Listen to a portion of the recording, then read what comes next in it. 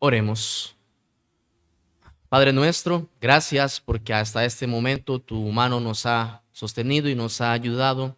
Ahora oramos, Señor, para que traigas bendición en la exposición de tu palabra. Bendice a tu pueblo, Señor. Como he orado, trae salvación y vida eterna. Clamamos a ti, Señor, que tú compunjas nuestros corazones y nos hagas amarte y conocerte más a ti, porque ciertamente esta es la vida eterna, que te conozcan a ti, el único Dios verdadero, y a tu Hijo Jesucristo, a quien tú enviaste en propiciación por nuestros pecados. Auxíliame, Señor, auxíliame a exponer fiel tu palabra con todo temor, reverencia, devoción, y transforma los corazones. Es una obra que solo el Espíritu Santo puede hacer. Confiamos en eso, en la obra preciosa de tu Hijo Jesucristo. Amén. ¿Pueden tomar su lugar? Vamos a buscar el Salmo 19. El texto será el texto para esta mañana. Salmo, libro de los Salmos, capítulo 19. Y estaremos meditando en todos los versículos de este salmo.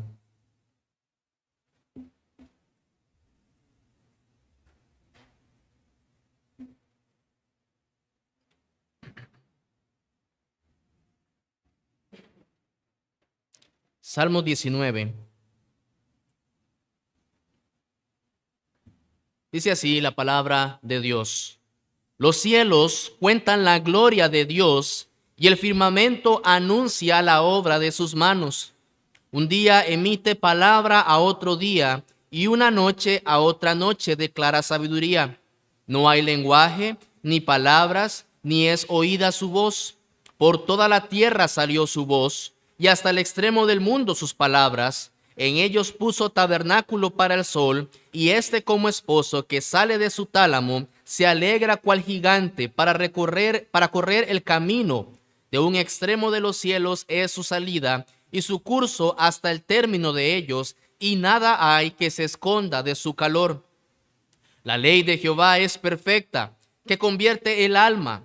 El testimonio de Jehová es fiel, que hace sabio al sencillo. Los mandamientos de Jehová son rectos, que alegran el corazón.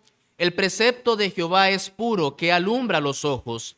El temor de Jehová es limpio, que permanece para siempre. Los juicios de Jehová son verdad, todos justos. Deseables son más que el oro, y más que mucho oro afinado, y dulces más que miel, y que la que destila del panal. Tu siervo es además amonestado con ellos. En guardarlos hay grande galardón. ¿Quién podrá entender sus propios errores? Líbrame de los que me son ocultos. Preserva también a tu siervo de las soberbias, que no se enseñoreen de mí. Entonces seré íntegro y estaré limpio de gran rebelión. Sean gratos los dichos de mi boca y la meditación de mi corazón delante de ti, oh Jehová, roca mía y redentor mío. El libro de los Salmos constituye una composición de alabanzas. De hecho, eso es lo que significa la palabra salmos, alabanzas. Y alaba a Dios por lo que Él es, por su creación, por sus cuidados para su pueblo y también por su palabra. De manera especial, en el Salmo 19 encontramos una alabanza de David hacia Dios en dos direcciones. En primer lugar, David alaba a Dios por la creación de él. Y en segundo lugar, también lo alaba por la palabra de Dios.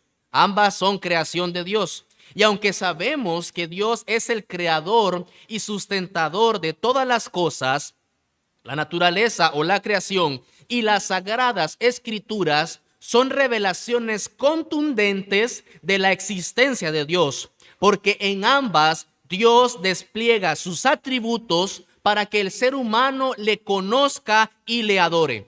Como decía el hermano Erron ahora, y como dice la confesión de fe, la creación de Dios demuestra y deja en evidencia los atributos de Dios para que el ser humano le adore. Y también la palabra de Dios es para que le conozcamos y para que le adoremos. Ahora, en el Salmo 19, David representa a Jehová Dios como autor tanto de su mundo como de su palabra. Y así empieza David diciendo: los cielos cuentan la gloria de Dios y el firmamento anuncia la obra de sus manos. Y él logra unificar estos dos conceptos en un solo himno, en un solo salmo. Dios se ha manifestado a la humanidad por medio de estos instrumentos, su creación y su palabra, y la raza humana queda responsable ante él debido a sus comunicaciones, tanto no verbales como las verbales. Porque veremos más adelante que la creación es una comunicación no verbal y la palabra de Dios es una comunicación verbal. A la luz de estas intenciones, el Salmo 19 da un elocuente sumario de dos destacados vehículos de la revelación que Dios hace acerca de sí mismo. Él se está revelando en la creación y sobre todo se está revelando en su palabra. En esta mañana vamos a estar meditando en este pasaje en tres apartados. El primer apartado se refiere a la revelación general de Dios en la creación, o la revelación natural, la revelación de la naturaleza. Y esto lo vamos a encontrar en los versículos del 1 al 6. David introduce el salmo, introduce su alabanza y empieza alabando a Dios de la siguiente manera: los cielos cuentan la gloria de Dios y el firmamento anuncia la obra de sus manos. David está alabando al Señor por la creación. David está exaltando a Dios por lo que él puede entender de la creación. Ahora, aunque el salmo como tal, aunque este salmo no está indicando que haya sido desarrollado en un contexto o en un tiempo en el que David estuviera pastoreando, aquí el salmo no dice que David estaba pastoreando. Quiero mencionarles y quiero decirles que es inevitable pensar o considerar que tales palabras no surgieran del pensamiento de un hombre que estaba en la noche más profunda, expuesto abiertamente a la naturaleza en horas ya avanzadas. ¿Por qué quiero decir esto? ¿Por qué digo esto? Porque para los pastores era algo muy natural y muy común que estuvieran a altas horas de la madrugada y de la noche vigilando y guardando a su rebaño.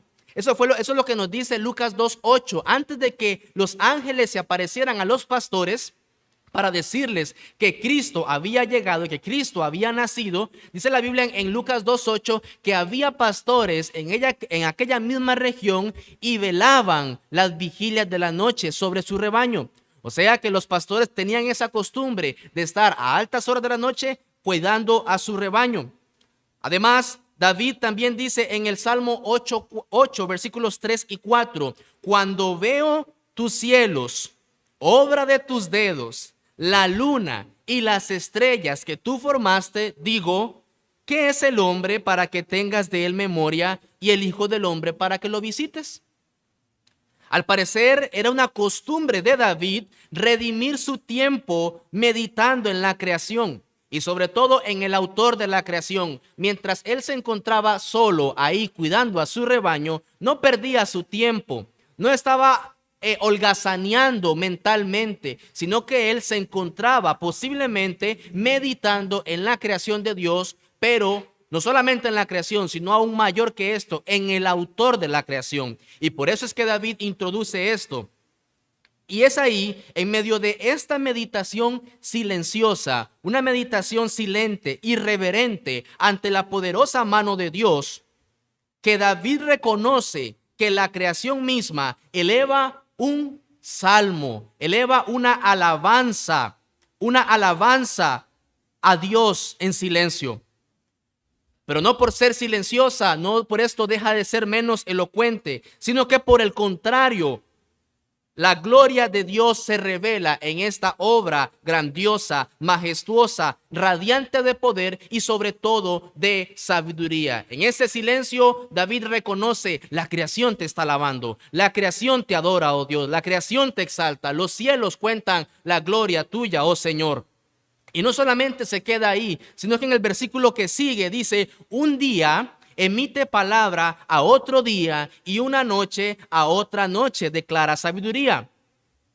La alabanza que hace la creación en la noche no simplemente se queda en la noche. Esta alabanza silenciosa de la creación no es interrumpida al finalizar la noche, sino que más bien el día y la noche, lejos de anularse mutuamente en la proclamación de la gloria de Dios, se complementan, se completan, ya que sucede como si fueran dos centinelas, como dos guardas de turno que se transmiten el mismo mensaje o la misma consigna, la gloria de Dios. La noche terminó, bueno, ahora sigue el día, y el día también va a manifestar y dejar en evidencia la creación excelente de nuestro Dios. A la luz del día, mis amados, se manifiestan los portentos del reino natural y animal.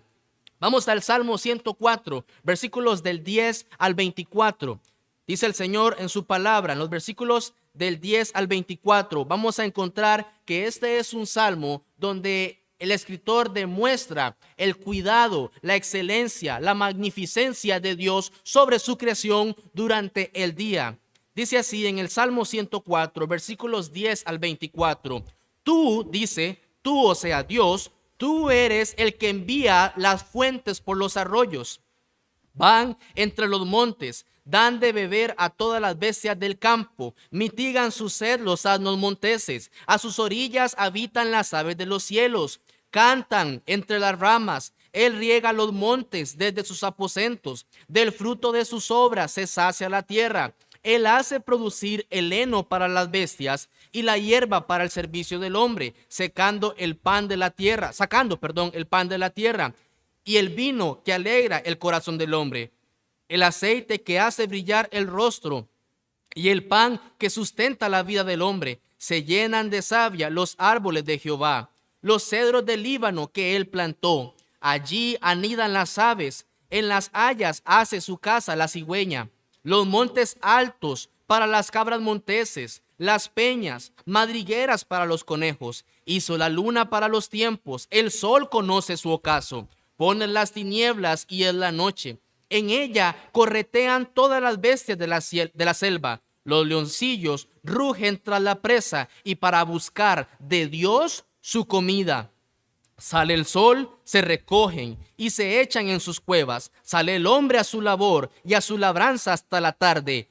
Cuán innumerables son tus obras, oh Jehová. Hiciste todas ellas con sabiduría. La tierra está llena de tus beneficios. Mis amados, todo es un despliegue deslumbrante de las posibilidades de Dios en la creación, de manera que la noche y el día están anunciando continuamente que Dios es creador y sustentador, y por lo tanto Él es digno de toda honra, de toda gloria y de toda alabanza. Esto es lo que nos está mostrando la Escritura. Ahora, no hay lenguaje, dice David en el versículo 3, no hay lenguaje, ni palabras, ni es oída su voz. Al parecer, el lenguaje mudo de los cielos y del firmamento no es algo perceptible por los sentidos humanos naturales, pero no por eso es menos elocuente. La creación ahorita está alabando al Señor, pero al parecer los sentidos no son capaces de distinguirlos. Pero no por eso deja de tener elocuencia y sabiduría, pues ya ha quedado más que evidente que toda la creación es un mensaje claro. Pero también es verdad que el hombre natural no percibe las cosas que son del Espíritu de Dios, porque para él son locura y no las puede entender, porque se han de discernir espiritualmente. El hombre natural, al ver la creación de Dios, puede llegar a pensar y a decir que es producto de una serie de patrones, situaciones, y dar explicaciones que son átomos, que la savia, que esto, que lo otro. Eso dice el hombre natural. Pero el hombre espiritual, el hombre que ha entendido y ha puesto su confianza en el Dios de la Biblia, sabe que es Dios el que sustenta y sostiene toda la creación. Y es por esa razón, por la mente natural del ser humano, que no puede distinguir esto, pero la creación no deja por eso de alabar y de dar un mensaje contundente. Más adelante, el apóstol Pablo dice que el Dios invisible puede ser rastreado a través de sus obras visibles, pues toda la tierra pregona la grandeza y la gloria de Dios. Y es lo que dice David en el versículo 4. Por toda la tierra salió su voz y hasta el extremo del mundo sus palabras. Mis amados, aquí no hay una contradicción. Aquí no es que ni hay voz, dice, ni hay lenguaje, no hay palabras, ni es oída su voz. Pero ahora parece más bien que dice que sí, que hay palabra y sale por toda la tierra. Sí, pero es un lenguaje silencioso. Es un lenguaje que solamente aquellos que tienen el entendimiento de quién es Dios pueden comprender de una manera más completa y más clara. De modo que no tienen excusa. Todas las personas que ven la creación saben que hay un Dios. Aunque no le quieran adorar, aunque no le quieran exaltar, hay un Dios. Hay un mensaje que lo demuestra en toda la creación. Y como dice el pastor Sugel Michelén, Dios ha dejado sus huellas dactilares plasmadas en toda la creación. En toda la creación están las huellas dactilares de Dios. Ahora quiero que vayamos a los versículos 5 al 6, donde David habla acerca de la trayectoria del sol. Dice, en ellos puso tabernáculo para el sol. Y como esposo que sale de su tálamo se alegra cual gigante para correr el camino. De un extremo de los cielos es su salida y su curso hasta el término de ellos, y nada hay que se esconda de su calor.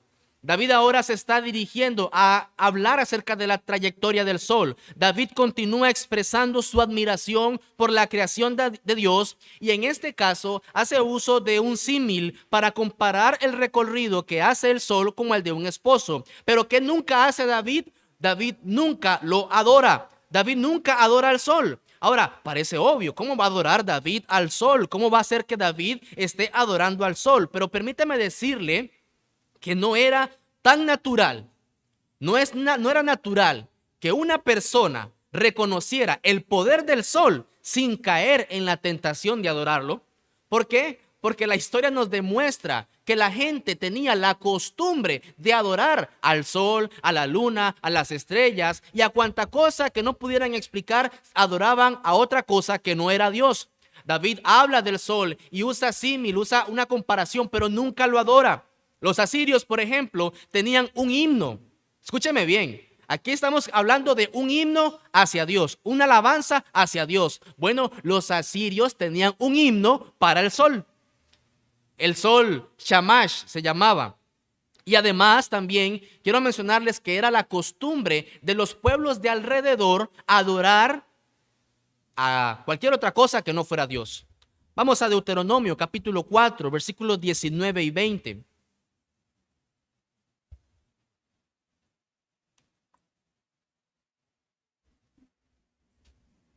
En Deuteronomio, el capítulo 4, el quinto libro de la Biblia,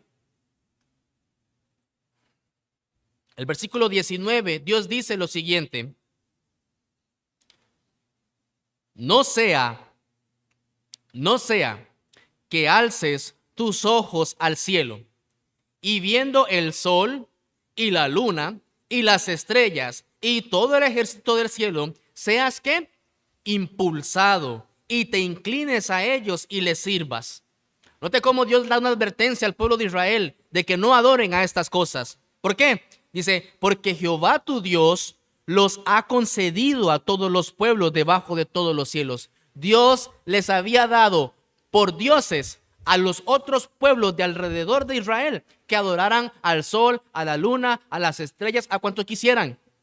Pero el versículo 20 dice, pero a vosotros Jehová os tomó y os ha sacado del horno de hierro de Egipto para que seáis el pueblo de su heredad como en este día. De modo que David, aunque ahora habla del sol, continúa exaltando a Dios. Sigue exaltando a Dios. Pues siendo el sol tan maravilloso, él dice en el versículo 4, en ellos puso tabernáculo para el sol. Siendo el sol tan grande y tan majestuoso, dice David, Dios le hizo una tienda al sol. Mientras otros le adoran, David reconoce que Dios es superior a ese sol y por eso no es digno de adoración. Podemos dejar en claro entonces que la creación es una revelación contundente ante nuestros ojos, la cual habla y exalta al Dios Todopoderoso y manifiesta su poder y su grandeza. Sin embargo, aún con todas las características de esta revelación, como decía el hermano Erron ahora, esta no es suficiente para un conocimiento más completo, ya que sin una revelación más personal y especial, los hombres cometen y cometerán siempre los mismos errores. ¿Y cuál es este error? Adorar y darle culto a las criaturas antes que al Creador.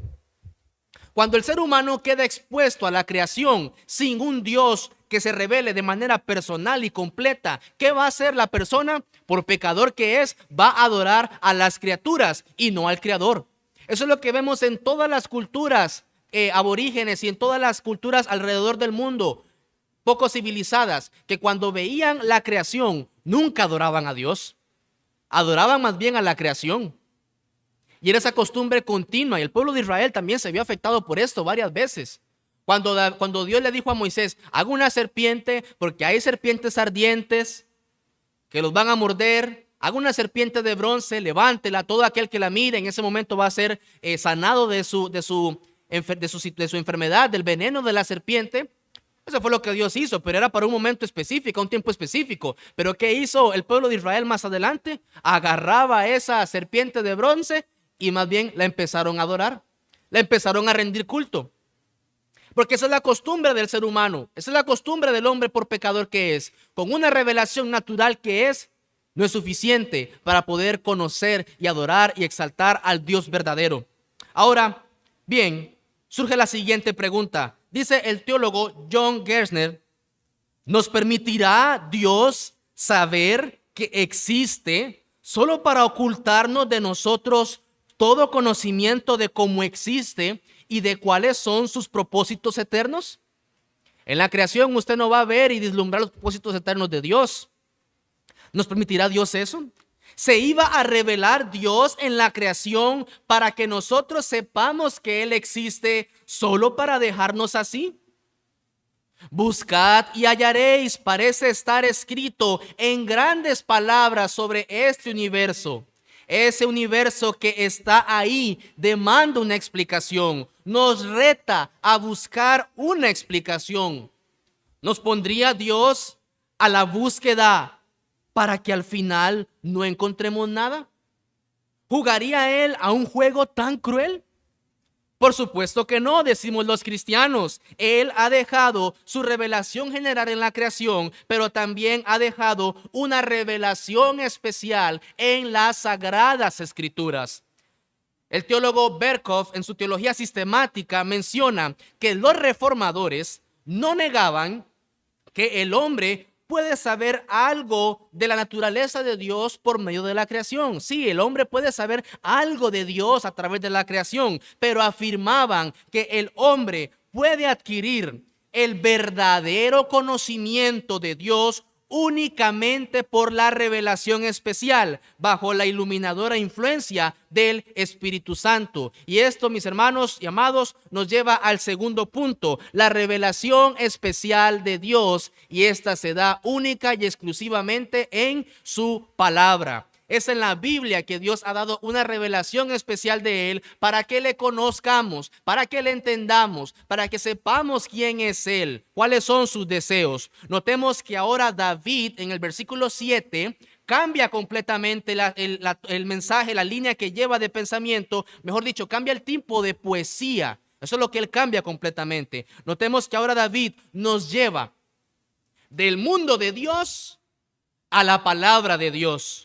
Comienza a describirla y al mismo tiempo menciona el cumplimiento eficaz de cada una de sus labores. David ahora deja de centrarse y de alabar al mundo y a la creación, o mejor dicho, de mencionar que la creación alaba a Dios. David ya deja esto ahora y ahora menciona que Dios es revelado por su palabra y también menciona que tiene un efecto eficaz. Vamos a ver las descripciones de las Sagradas Escrituras y su eficaz resultado. En el versículo 7 dice así: la ley de Jehová. La ley de Jehová. La ley de Jehová ha de tomarse aquí en un sentido amplio, no solo en una parte preceptiva, sino más bien ahora en exhortativa. porque ciertamente da promesas y también da amenazas. Si haces esto, dice Dios, vivirás. Y si no haces esto, morirás. Dios advierte, Dios amenaza a su pueblo a que le siga a él conforme a su palabra. Y si no lo hace, van a haber consecuencias graves. La felicidad del hombre está en conformarse con la voluntad de Dios. Y esta se manifiesta en la ley de Dios que, ¿cómo es esa ley? Es perfecta, en forma que el que camine según sus preceptos no se desvía del camino recto y da satisfacción plena al hombre. Por eso es que es perfecta. Porque en el momento en el que andemos por la senda de la ley de Dios, por perfecta que es, encontraremos gozo y satisfacción para el alma. Ahora, no solamente dice que es perfecta, ¿cuál es el resultado eficaz? Convierte el alma. Esto significa que restaura el alma. Mis amados, el hombre, por causa del pecado, ha corrompido su alma. El hombre, por causa del pecado, ha corrompido su alma. Y esto lo encontramos. Cristo dice, ¿de dónde salen los pleitos? ¿De dónde salen los adulterios? ¿De dónde salen las fornicaciones? ¿De dónde salen los malos pensamientos, los enojos, las iras? ¿De dónde sale todo esto? Del corazón. O sea, del alma que ha sido corrompida por causa del pecado. Ahora, ¿qué es lo que puede restaurar el alma? La ley perfecta de Jehová es lo que puede restaurarla. Solamente eso puede restaurar el alma del hombre. La perfecta ley de Dios es lo que va a poder restaurar el alma que ha sido corrompida. Ninguna persona, escúcheme bien, ninguna persona puede ser salva y llegar a una convicción de pecado viendo un atardecer. Y por eso es que la palabra de Dios y la revelación especial de Dios en su palabra es superior a la creación. Porque cuando usted ve un atardecer, por muy rojizo que sea, por muy hermoso que sea, por muy maravilloso que sea, en el mar o donde usted lo quiera ver, usted no va a llegar y decir, ay, qué pecador que soy, qué pecador que soy. Usted no va a llegar a decir eso, seamos honestos con nosotros mismos. No vamos a llegar a decir eso, pero la palabra de Dios, al ser un espejo, ciertamente nos muestra nuestro pecado. Por eso solo la revelación especial de Dios va a restaurar nuestra alma.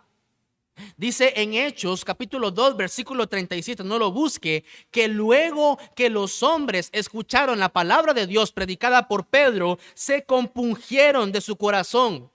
Después de que escucharon a Pedro predicar la palabra de Dios, fue que ellos dijeron, varones hermanos, ¿qué haremos?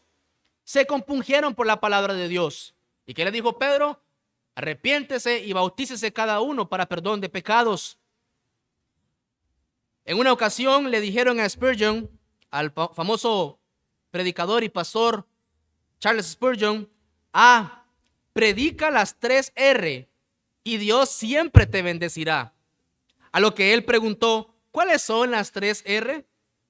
A lo que le respondieron, ruina, redención y regeneración. Y en efecto, son estas 3 las que se encuentran en la ley de Jehová y convierten el alma. Ruina, porque todos fuimos arruinados por la caída. Todos nos perdimos cuando Adán pecó y todos quedamos arruinados por nuestras propias transgresiones. Todos estamos arruinados por nuestros malos corazones y por nuestra propia malvada voluntad. Y todos quedaremos arruinados a no ser que nos salve la gracia. La segunda R, redención. Somos redimidos por la sangre de Cristo, un cordero sin mancha ni contaminación. Somos rescatados por su poder. Somos redimidos por sus méritos. Somos redimidos por su poder. Y regeneración. Si queremos ser perdonados, hemos de ser asimismo regenerados, porque nadie puede participar de la redención a no ser que sea regenerado.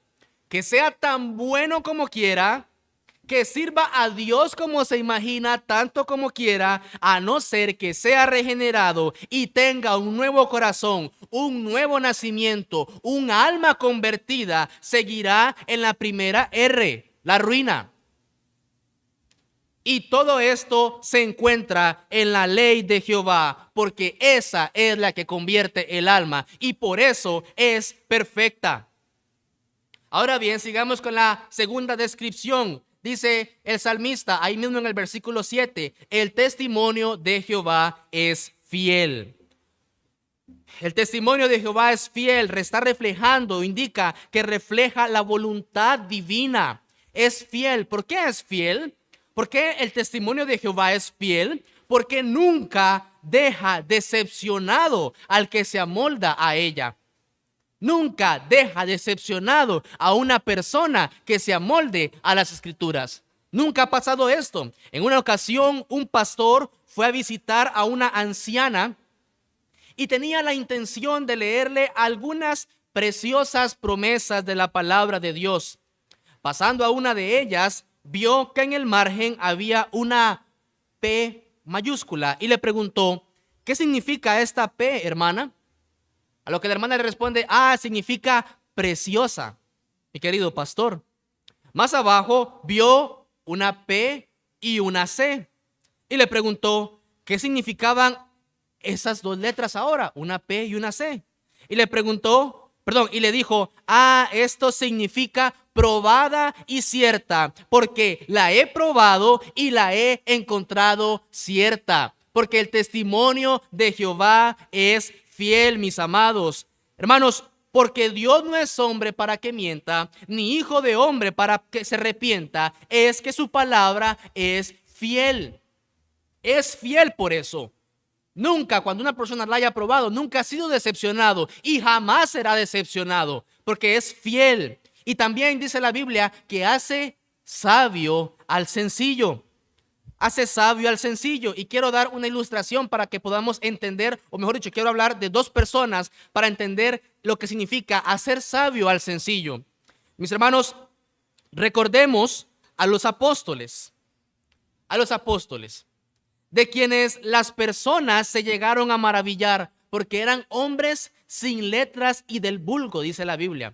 Eran hombres sin una preparación académica, eran personas sin haber ido a una escuela rabínica, eran personas que no habían llevado cursos de teología, pero cuando escucharon la palabra de que esos hombres predicaban, reconocían, dicen, estos eran sin letras y del vulgo. ¿Cómo hablan así? ¿Y qué dice la escritura? Dice que dejaban a todo el mundo atónitos, y más bien llegaron a trastornar el mundo. Cuando llegaron decían, estos que trastornan el mundo han venido acá también. ¿Cómo unas personas sin educación fueron capaces de trastornar al mundo? Bueno, porque la palabra de Dios hace sabio al sencillo. Pero me dirá alguno, hermano, pero es que ellos estuvieron 3 años con Cristo. 3 años estuvieron con Cristo, el mejor de los maestros. Y por lo tanto, ¿cómo no iban a aprender a hablar así e impactar de esa manera?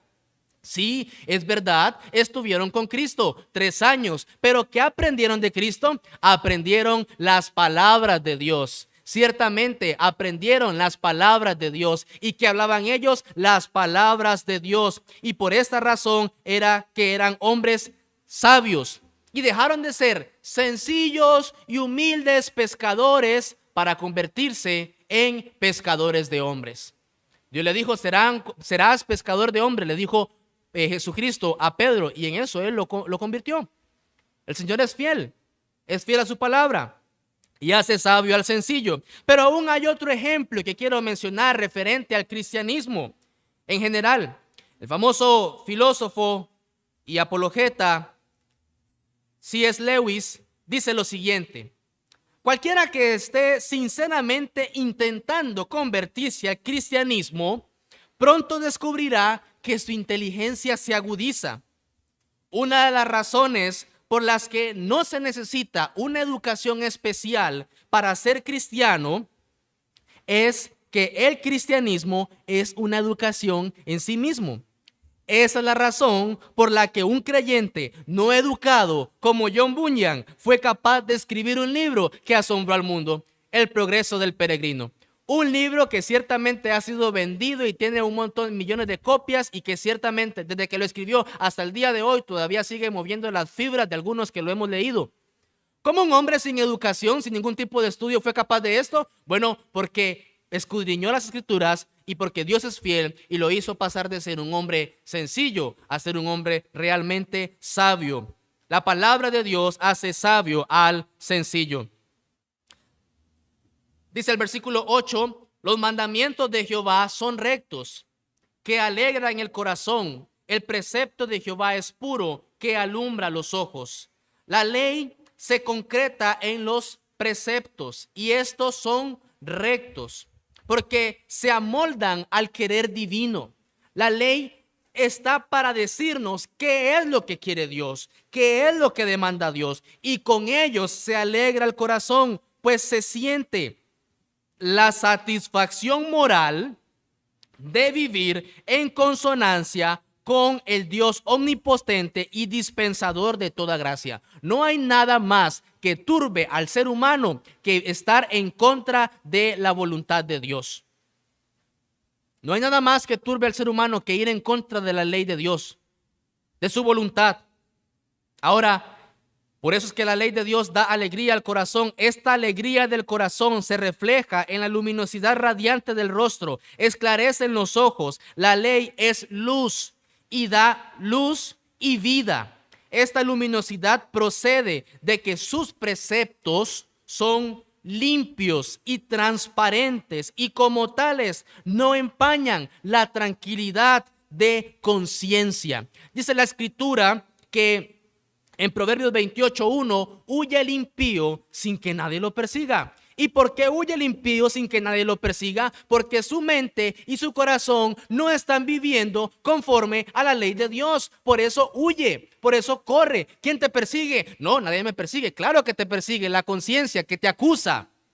Que te acusa porque sabes que no estás viviendo conforme a la voluntad y la ley de Dios. Te acusa. Por eso es que al preguntarle a la mayoría de personas que no leen la Biblia y que no escudriñan las escrituras, si murieras hoy, ¿para dónde irías? Normalmente dicen, no sé, porque la conciencia los acusa, porque saben que no están viviendo conforme a la ley de Dios. Huye el impío sin que nadie lo persiga. Y sigue diciendo el versículo, mas el justo está confiado como un león. ¿Por qué el justo está confiado como un león? Porque no recibirá pruebas, porque no recibirá tribulación, porque no recibirá adversidad, porque no recibirá dificultades o escasez o hambre o desnudez. ¿Acaso el justo está confiado por eso? No, el justo no está confiado por eso, porque sabe que esas cosas pueden venir. Pero dice la escritura también en el Salmo 119, el versículo 165, ¿por qué el justo está confiado? Porque mucha paz tienen los que aman tu ley y no hay para ellos tropiezo. Por eso es que el justo está confiado como un león, porque ha sometido su conciencia y su voluntad a las demandas, a las exigencias que Dios ha establecido en su creación. El siguiente punto es: el temor de Jehová es limpio. Y cuando decimos el temor de Jehová es limpio, no estamos hablando técnicamente de la palabra de Dios. Técnicamente esto no es un término para referirse a las escrituras. La expresión el temor de Jehová limpio no es para referirse a las escrituras, pero sí es un resultado que la ley de Dios produce en las personas que la escudriñan. Aquella persona que lee la escritura sabe que su conciencia va a ser sometida a la voluntad de Dios y por lo tanto el temor de Jehová estará en él y va a permanecer para siempre. ¿Por qué? Porque responde a las exigencias del Dios inmutable. Es este temor limpio que no deja que nos apartemos de Dios. En Jeremías 32:40 dice la escritura: y pondré mi temor en el corazón de ellos. ¿Para qué? Para que no se aparten de mí. ¿Y cómo lo pone Dios? Dios lo pone por medio de su palabra. Así es que pone Dios el temor de Jehová en los corazones de las personas, por medio de su palabra. Los juicios de Jehová, sigue diciendo, son verdad, todos justos. Estos responden a los postulados de justicia que implica la divinidad y que como tales no engañan. Los juicios de Dios no son engañosos, no cambian, no varían. Dios ha dicho y Él hará. Y todos sus juicios van a ser desarrollados y ejecutados con justicia. Ahora quiero que veamos las impresiones obtenidas que encuentra David luego de esta revelación especial de Dios en las Escrituras. David tiene una impresión acerca de todo esto que acabamos de hablar de las Escrituras. Luego de detallar cada aspecto y hacer cada uno de los señalamientos de las virtudes de la revelación especial de Dios, David expresa su comprensión del valor de la ley de Dios. Cuando David llega a entender y a ver que la ley de Jehová es perfecta, que convierte el alma, que es fiel, que se sabio al sencillo, ¿cómo termina? ¿Qué entiende David? ¿Qué es lo que entiende David? David entiende lo siguiente: deseables son más que el oro y más que mucho oro afinado, y dulces más que miel y que la que destila del panal. Los juicios de Dios en cuanto sirven para dirigir al hombre en la vida son de más valor que el oro. Son de mucho más valor que el oro. El oro se acaba. La polilla lo corrompe, dice la Biblia. El orín y la polilla lo corrompen. Pero los juicios de Dios permanecen para siempre. Por eso David dice, son más deseables que el oro. Por el fruto que producen, resulta más sabroso y más dulce que la miel. El dinero no va a convertir tu alma. La comida no te va a hacer más sabio. El dinero no va a alegrar tu corazón de manera permanente. Sí, te va a alegrar por un tiempo, pero no de manera permanente y eterna. La palabra de Dios sí. Por eso es más deseable que el oro. En el versículo 11 y 14, David empieza a orar. No sé si notó eso, pero David ahora está orando, porque ahora está hablando con Dios. Luego de exhibir la revelación armoniosa de las perfecciones de Dios hecha por sus obras y por sus palabras, el salmista ora a fin de poder conformarse a la enseñanza divina. Dice David, tu siervo es además amonestado con ellos. En guardarlos hay grande galardón. ¿Quién podrá entender sus propios errores? Líbrame de los que me son ocultos. Preserva también a tu siervo de las soberbias, que no se enseñoreen de mí. Entonces seré íntegro y estaré limpio de gran rebelión. Sean gratos los dichos de mi boca y la meditación de mi corazón delante de ti, oh Jehová, roca mía y redentor mío. Ahora David, después de meditar en la perfecta revelación de Dios en la palabra, ahora David tiene una conciencia de su debilidad. David dice, ¿quién podrá entender sus propios errores? David es consciente de sus debilidades. Dice, líbrame de los que me son ocultos. Mis amados, usted sabe muy bien cuando usted ha ofendido a alguien. Usted sabe muy bien cuando ha pecado contra Dios. Usted y yo lo sabemos, pero a veces pecamos sin siquiera ser capaces de dimensionar nuestro pecado. Y David, después de ver la palabra de Dios, dice, líbrame de estos pecados que son ocultos a mi propia conciencia, porque ni yo mismo me estoy dando cuenta de en qué estoy pecando. David ora porque es sensible a su debilidad y teme rebelarse de los caminos de Dios. Por eso ora esto. David desea también verse libre de los movimientos de soberbia y de presunción. Dice, preserva también a tu siervo de las soberbias. Porque todos somos soberbios y orgullosos. Y el que diga que no, ya ha manifestado que es un soberbio y un orgulloso. Preserva también a tu siervo de las soberbias. Que no se enseñoreen de mí, dice David. Yo no quiero, dice David, ser un soberbio. Líbrame de la presunción. Con la ayuda divina espera verse libre del gran pecado. ¿Cuál es ese gran pecado? La apostasía o la rebelión espiritual contra su Dios. Presérvame de las soberbias, que no se enseñoreen contra mí. Que no se enseñoreen contra mí, que yo no me vaya en rebelión por mis pecados, dice David.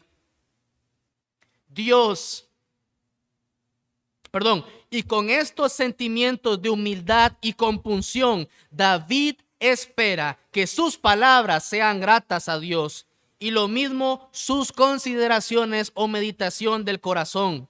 Por eso dice David: sean gratos los dichos de mi boca y la meditación de mi corazón delante de ti. Dios es el único apoyo para su alma, ansiosa de vivir en comunidad con Él a través de la ley. Él dice: oh Jehová, roca mía y redentor mío.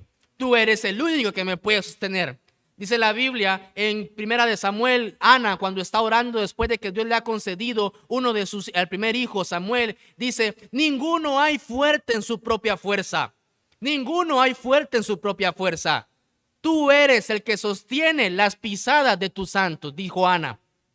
Y David reconoce esto: oh Jehová, roca mía y redentor mío. Hay un himno también que dice: el brazo de los hombres, por ser débil, no es fiel. Por eso David reconoce también que necesita el socorro y el auxilio del Señor para que el pecado no aflore y se enseñoree sobre él. Y necesita, y eso lo descubre, luego de meditar y reconocer la palabra de Dios, la revelación especial de Dios.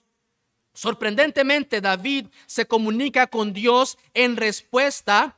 Note bien esto: David se comunica con Dios en respuesta a la comunicación de Dios. David habla con Dios después de que Dios le ha mostrado cómo es Él en su palabra, la ley de Jehová. Mis amados, ¿por qué David no cayó en el pecado de adorar el sol?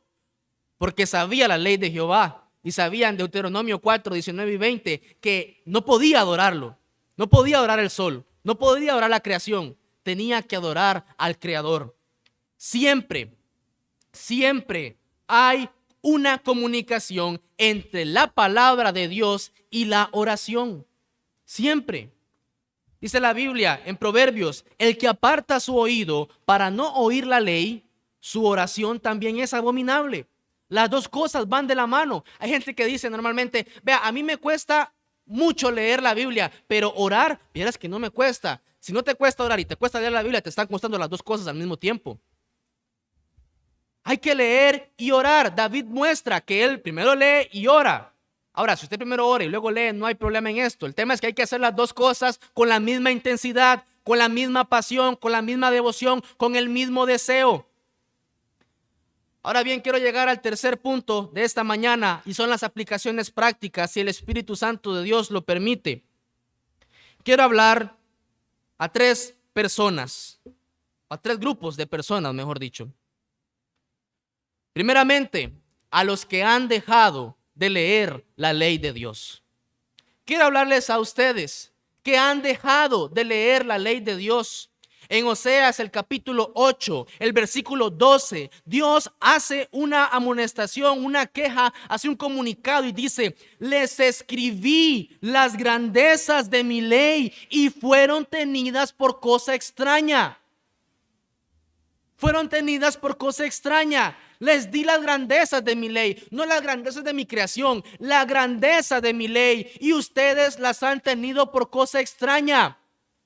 Ciertamente Dios ha dejado la grandeza de su revelación especial en las Escrituras. No hay nada absolutamente más maravilloso, más excelso, más loable y de mayor asombro que en la ley de Dios. A ustedes que han dejado, o a aquellos que han dejado de leer la ley de Dios, es esta advertencia. Es esta advertencia. Nuevamente cito a Charles Spurgeon, el predicador, que él dice lo siguiente: hay suficiente polvo en algunas Biblias como para escribir condenación con los dedos. Hay suficiente polvo en algunas Biblias como para escribir condenación con los dedos. Aquel que ha dejado de leer su Biblia con regularidad, aquel que ha dejado de temblar ante la poderosa ley de Dios, no piense ni por un segundo que Dios le va a salvar en el día del juicio, porque ha menospreciado los justos juicios de Jehová. Y por lo tanto, Dios exhorta y llama a que dejen de ver las Escrituras como una cosa extraña, como una cosa que solamente se desempolva cada domingo en la mañana o en la tarde. No dejemos que el polvo de la apatía nos sepulte y selle nuestro destino final a la condenación eterna. Dios ha dicho que en guardar sus mandamientos hay grande galardón y que son más deseables que el oro afinado y la miel muy dulce. Alguno dirá, hermano, vieras que es que he estado teniendo dificultades en mi tiempo. Casi no he tenido tiempo. Voy a citar una frase, no me acuerdo del autor, pero él decía lo siguiente. Mira, el Facebook en última instancia servirá en el día del juicio final para demostrar que la falta de lectura y de oración no fue por falta de tiempo. La falta de lectura y de oración no son por falta de tiempo, porque para otras cosas vanas, terrenales y sin ningún sentido y provecho para nuestra alma, para eso sí hay tiempo. Vuelve a las Escrituras. Vuelve a la ley de Dios. Vuelve a meditar en ella. Decía el salmista, oh, cuánto amo yo tu ley. Todo el día es ella mi meditación. Todo el día es ella mi meditación. Recuerdo cuando enfermé de coronavirus, de COVID, que una de las cosas más feas de esto que padecí la primera variante era que uno perdía el gusto, y es perderlo totalmente. Que usted no come, lo que come no sabe absolutamente a nada, literalmente a nada. Y recuerdo que mi madre llegaba a la habitación y me tocaba la puerta para que yo agarrara el alimento, y yo veía esa comida tan deliciosa, y cuando eché la primera cucharada a mi boca, eso no sabía nada. Y en mi cerebro yo trataba de recordar cuál era ese sabor para tratar de disfrutar un poco esa comida, porque ya era triste estar encerrado completamente en un cuarto. Y yo, por lo menos en la comida voy a encontrar un poco de deleite y de disfrute. Y no sabía nada. Pero no por eso dejé de comer. No por eso uno deja de comer. Uno se sigue alimentando. Mi amado, si has perdido el disfrute y el deleite de la palabra de Dios, si ha dejado de ser más dulce que la miel, no por eso tienes que dejar de leerla. Hay que seguirla leyendo y leyendo y leyendo hasta que se vuelva más dulce que la miel para nosotros. Hasta que vuelva a recuperar este sabor. Decía Matthew Henry, otro pastor y teólogo, el oro es solo para el cuerpo y las preocupaciones temporales, pero la gracia es para el alma y las preocupaciones de la eternidad. La palabra de Dios recibida por fe es más preciosa que el oro, es más dulce para el alma, más dulce que la miel. Los placeres sensuales pronto sacian, pero nunca satisfacen. Pero los de la religión verdadera son sustanciosos y satisfacen. Mis amados, no hay peligro de exceso. No hay peligro de exceso. Nunca leer la Biblia va a ser suficiente. Nunca meditar en ella va a ser suficiente. Otra vez cito a C.S. Lewis en su libro Cartas del Diablo a su sobrino. Narra la historia ficticia de un demonio llamado Escrutopo, quien le envía cartas a su sobrino aprendiz Orugario acerca de cómo debe proceder con un paciente que está involucrándose en las actividades religiosas.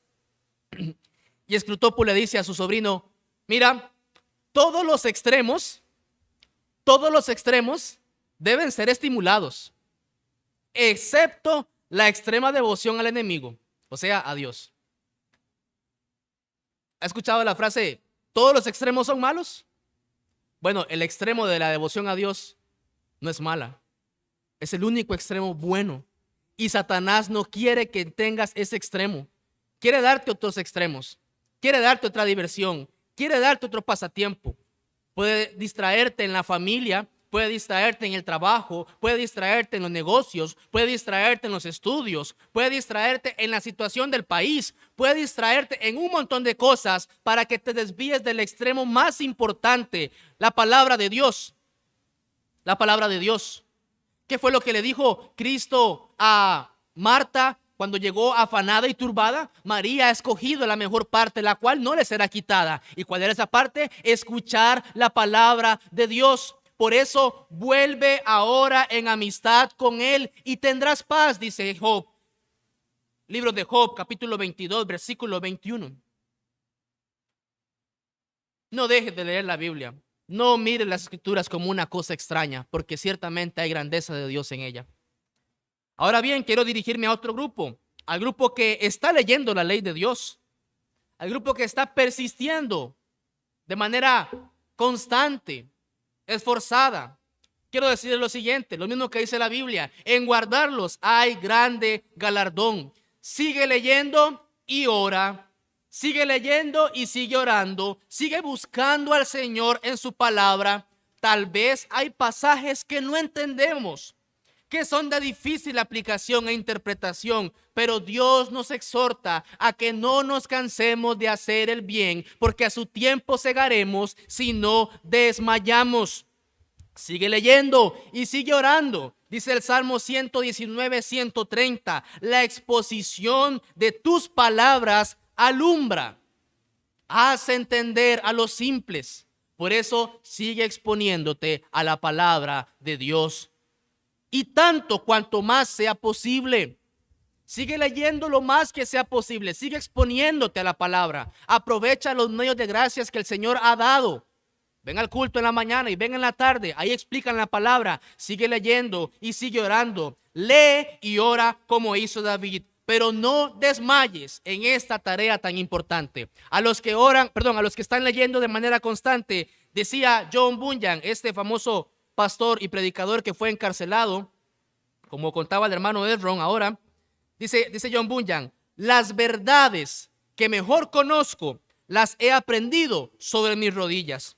Nunca he aprendido una cosa bien hasta que esta es traída a mí a través de la oración. Ora y lee, porque un poquito de Dios es mejor que mucho de los hombres.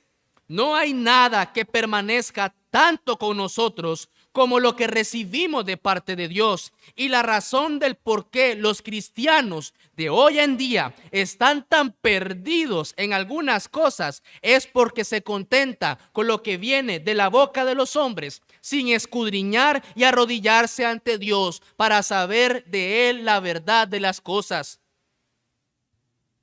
Sigue diciendo: las verdades antiguas son siempre nuevas para nosotros si nos llegan con la fragancia del cielo sobre ellas. Y dice: no hablo de esto porque quisiera que las personas desprecien a sus predicadores. No digo esto para que desprecien a los pastores, sino para mostrar que hoy en día hay tanta ociosidad entre los profesantes que les entorpece una búsqueda diligente de las cosas y los hace quedarse cortos, estancados en aquello que es sellado por el espíritu de testimonio a la conciencia. Por eso, mi amado, que lees y que estás leyendo y que estás esforzándote, sigue en esa ardua labor. Sigue participando en ello. Aunque no entiendas, sigue leyendo. El Señor traerá su bendición tarde o temprano. Y ahora, por último, quiero hablarles a aquellos que no quieren leer la ley de Dios. Porque ciertamente hay un grupo que no quiere leer la ley de Dios. Quiero decir lo siguiente, lo mismo que dice la Biblia: los juicios de Jehová son verdad. Todos son justos. Todos son justos. Ignorar voluntariamente la revelación especial de Dios es un acto de rebeldía sin igual. Sin igual. Porque Dios dejó su palabra, dejó su ley, dejó todo para que nosotros le podamos conocer. Y no querer leer, no querer buscar la ley de Dios es de suma rebeldía. Pregúntele a una madre cuando su hijo no quiere escuchar las palabras que le está diciendo. Ciertamente la provoca ira. Pregúntele a un padre cuando su hijo no quiere obedecer a su mandato y directamente se rebela contra él. Ciertamente lo provoca a ira. ¿Cuánto más Dios? ¿Cuánto más Dios, que nos da día tras día, que te ha dado día tras día, semana tras semana, mes tras mes, año tras año, y no quiere leer la ley de Dios? ¿Sabe qué le está diciendo? No me interesa y no creo tus justos juicios. ¿Sabe qué está diciendo? Lo mismo que dijo Sansón: esta vez escaparé como las otras. Pero no sabía que Jehová se había apartado de él. Lee la Biblia ahora que hay tiempo. Lee la Biblia, escudriña la Biblia ahora que hay tiempo. Porque si no la lees, la Biblia te va a condenar. La Biblia te va a condenar. Los justos juicios de Dios son verdad.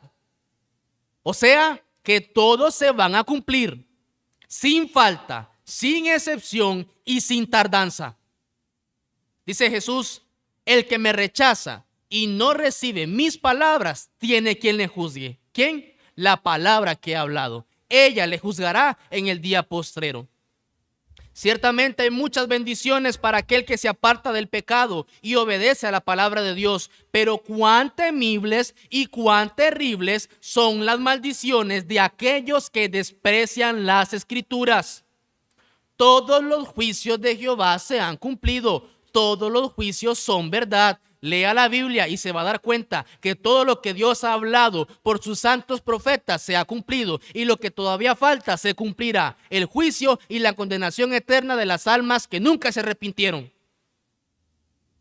Ve a la Biblia, a la perfecta ley de Dios que puede convertir tu alma corrompida y perversa.